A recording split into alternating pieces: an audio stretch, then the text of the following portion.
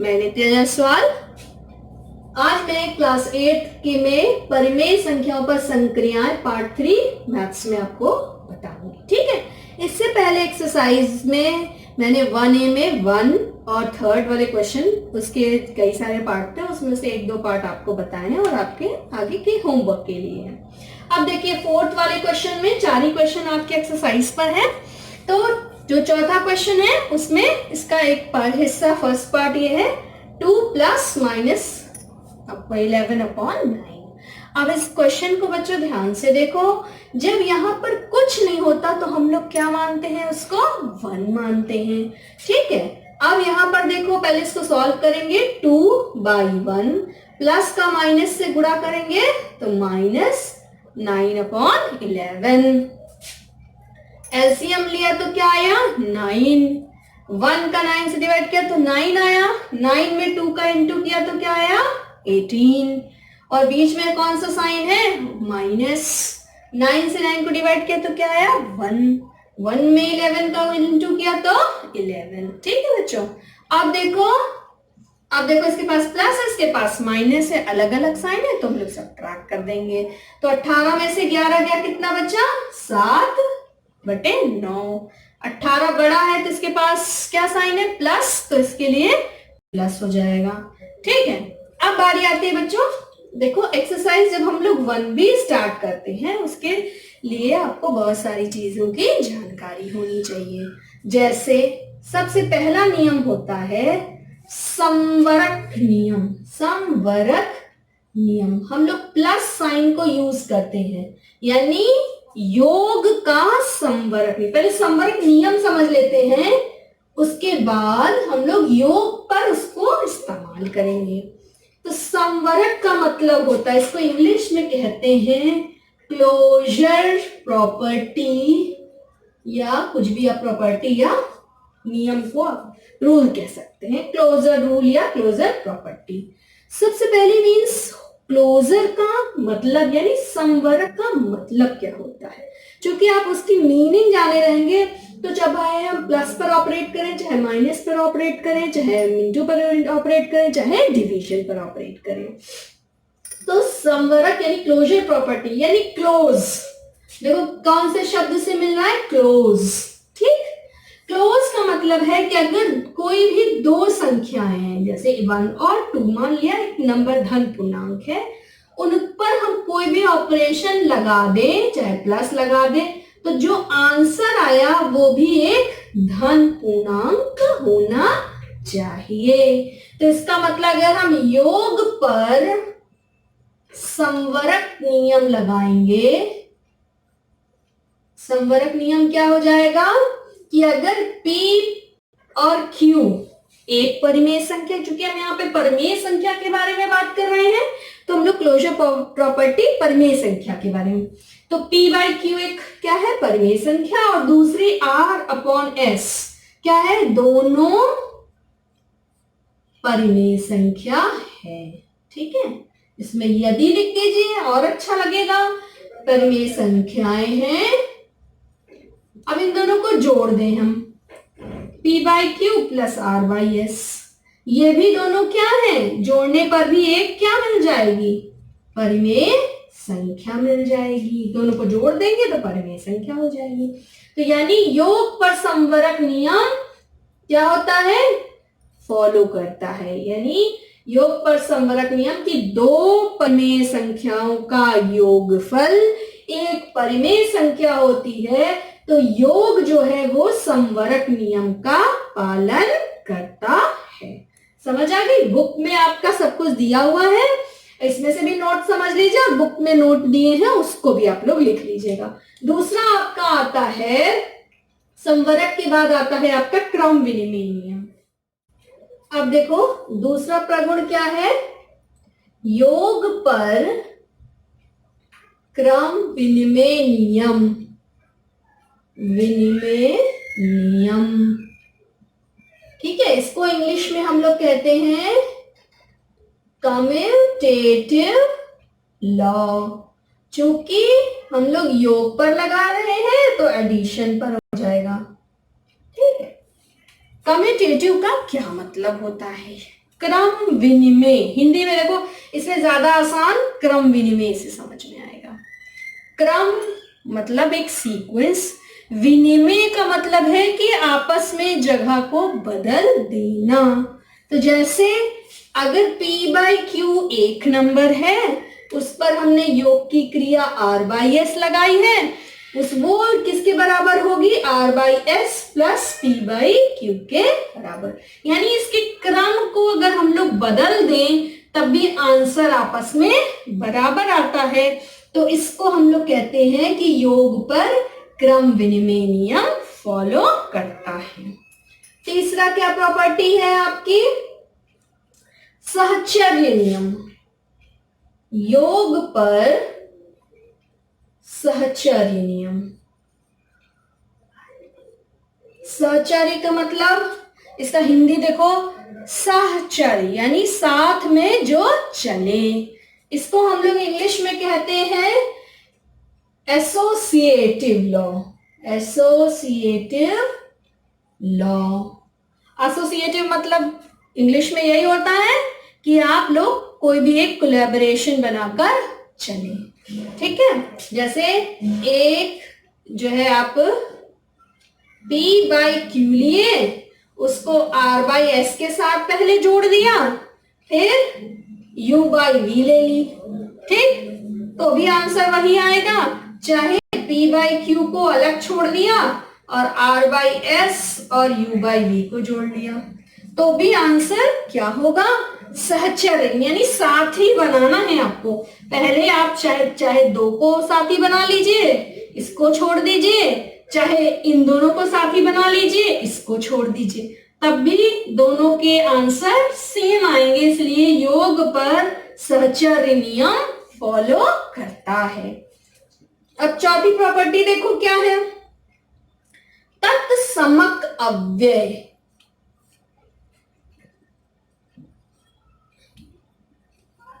योग का तत्समक अवयव।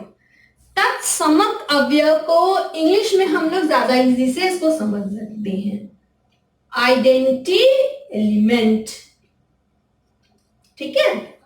अब बच्चों ये बताओ, आप जब स्कूल में जाते हो तो आपको एक कार्ड दिया जाता है, उसको हम लोग क्या कहते हैं? आईडी कार्ड कहते हैं ना, जो आप लोग मिलता है आईडी कार्ड। आईडी कार्ड का फुल फॉर्म क्या होता है? आइडेंटिटी कार्ड, ठीक है। जब हम आपको आइडेंटिटी कार्ड देते हैं तो उसमें क्या चीज लिखी होती है? आपका नाम, आपके फादर का नाम, आपकी डेट ऑफ बर्थ, आपके घर का एड्रेस, अगर बड़ी क्लासेस है तो उनके सब्जेक्ट होते हैं। यानी वो आईडी कार्ड आपकी पहचान बनाता है, ये बताता है कि आपका नाम क्या है, आप किस स्कूल से हैं और आपके माता पिता का क्या नाम है, आप किस क्लास में पढ़ते हो और आपने क्या क्या सब्जेक्ट ऑप्ट किए हैं, ठीक है। तो आईडी कार्ड का मतलब यही होता है। तो आइडेंटिटी एलिमेंट का मतलब क्या है कि अगर P बाई Q है कोई भी परिमेय संख्या, इसमें हम ऐसा क्या नंबर जोड़ दें कि वो अपनी आइडेंटिटी ना खोए। जैसे उसकी आइडेंटिटी बनी हुई है वैसे उसकी आइडेंटिटी बनी रहे। तो बताओ बच्चों, इसमें क्या जोड़ देंगे हम लोग कि P बाई Q बना रहे? क्या जुड़ जाएगा? 0, ठीक है। प्लस के लिए, योग के लिए क्या हो जाएगा? 0।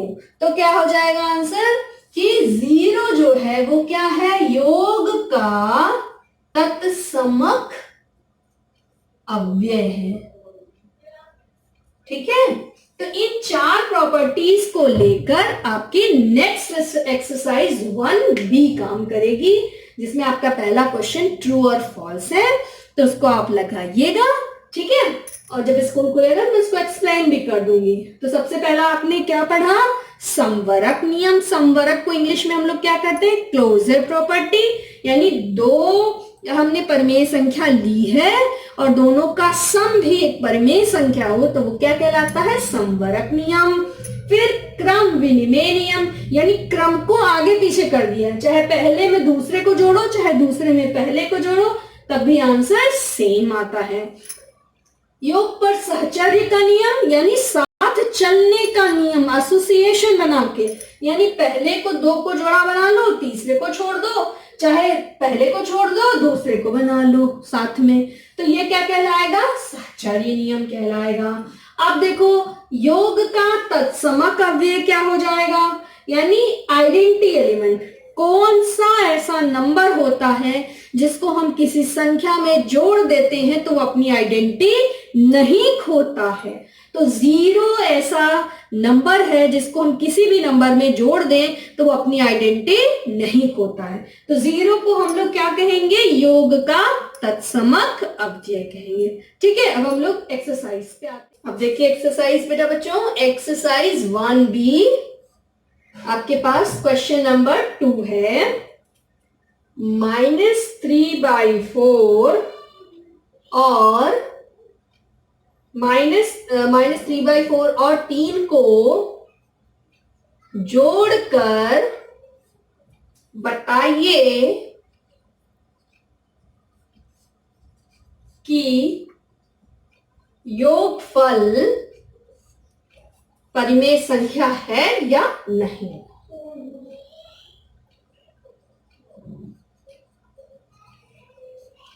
ये आपका क्वेश्चन है। ठीक है, क्वेश्चन नंबर 3 आपका है। अब देखो सोल्यूशन, देखो इसका क्या हो जाएगा। मैंने पहली प्रॉपर्टी बताई थी आपको कि कोई भी दो परिमेय संख्या ली, उनका योग किया तो वो भी हमेशा क्या होगी? एक परिमेय संख्या होगी। अब क्वेश्चन में देखो, ये भी एक परिमेय संख्या आपको दिख रही है और ये भी एक परिमेय संख्या दिख रही है, तो आप जोड़ के आंसर लिख दो बस, और कुछ भी नहीं करना। क्वेश्चन थोड़ा सा दिखने में टिपिकल जरूर है लेकिन करने में बहुत इजी। जोड़ दिया तो क्या आया? 4 एलसीएम, 4 से 4 को भाग लगाया तो 1 में -3 से गुणा किया तो -3 प्लस 3 गुणे 4, 1 से 4 को भाग लगाया तो 4 और 3 से गुणा कर दिया तो क्या हो जाएगा बच्चों? देखो -3 प्लस 12/4। अब देखो 12 और 3 अलग अलग साइन है तो सब्ट्रैक्ट कर देंगे तो 9/4 हो जाएगा। तो 9/4 क्या है? योगफल परिमेय संख्या है कि नहीं? देखो 9/4 परिमेय संख्या है तो हाँ है। हाँ, योगफल परिमेय संख्या है। बस सिंपल। ठीक है, अब इसके बाद क्वेश्चन नंबर 4 है, वो मैं आपको बताती हूँ।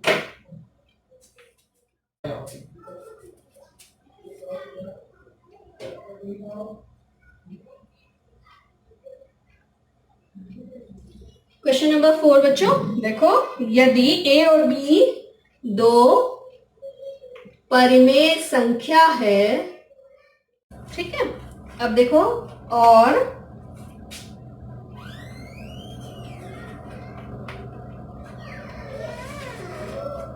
a प्लस b बराबर -15/11 हो तो b प्लस a का मान ज्ञात कीजिए। ठीक है बच्चों, बहुत इजी क्वेश्चन। क्वेश्चन देखने में बहुत बड़ा लग रहा है लेकिन क्वेश्चन बहुत इजी है। कैसे देखो क्वेश्चन, समझो कि यदि a और b दो परिमेय संख्याएं हैं हो और a प्लस b बराबर -15/11 है तो b प्लस a का मान निकालें। बस आपको केवल सारे प्रगुण याद हो तो सारे याद हो तो आपका काम बन जाएगा। एक हमने नियम बताया था कि क्या होता है, क्रम विनिमय नियम, कि अगर a प्लस b हो तो b प्लस a भी होता है। तो बस यही काम करना है क्योंकि परिमेय संख्या क्रम विनिमय नियम का पालन करती है। ठीक है, तो a प्लस b बराबर b प्लस a किससे आएगा? योग का क्रम विनिमय नियम से। ठीक है, तो देखो a प्लस b कितना दिया हुआ है? -15/11, तो b प्लस a के बराबर हो जाएगा। बस तुम्हें एक चीज ये ध्यान रखनी है कि योग का क्रम विनिमय नियम क्या होता है। यानी a प्लस बी और बराबर b प्लस ए हो जाएगा। ठीक है, नेक्स्ट क्लास में मैं आपका आगे कंटिन्यू करूंगी। ठीक है, सभी बच्चे सारा क्वेश्चन बुक से देख के, नहीं है तो आपकी बुक जो है अवेलेबल है इंटरनेट पे, आप उसमें से क्वेश्चन देख के लिखें और मुझे क्वेश्चन कंप्लीट करके होमवर्क दिखाएं।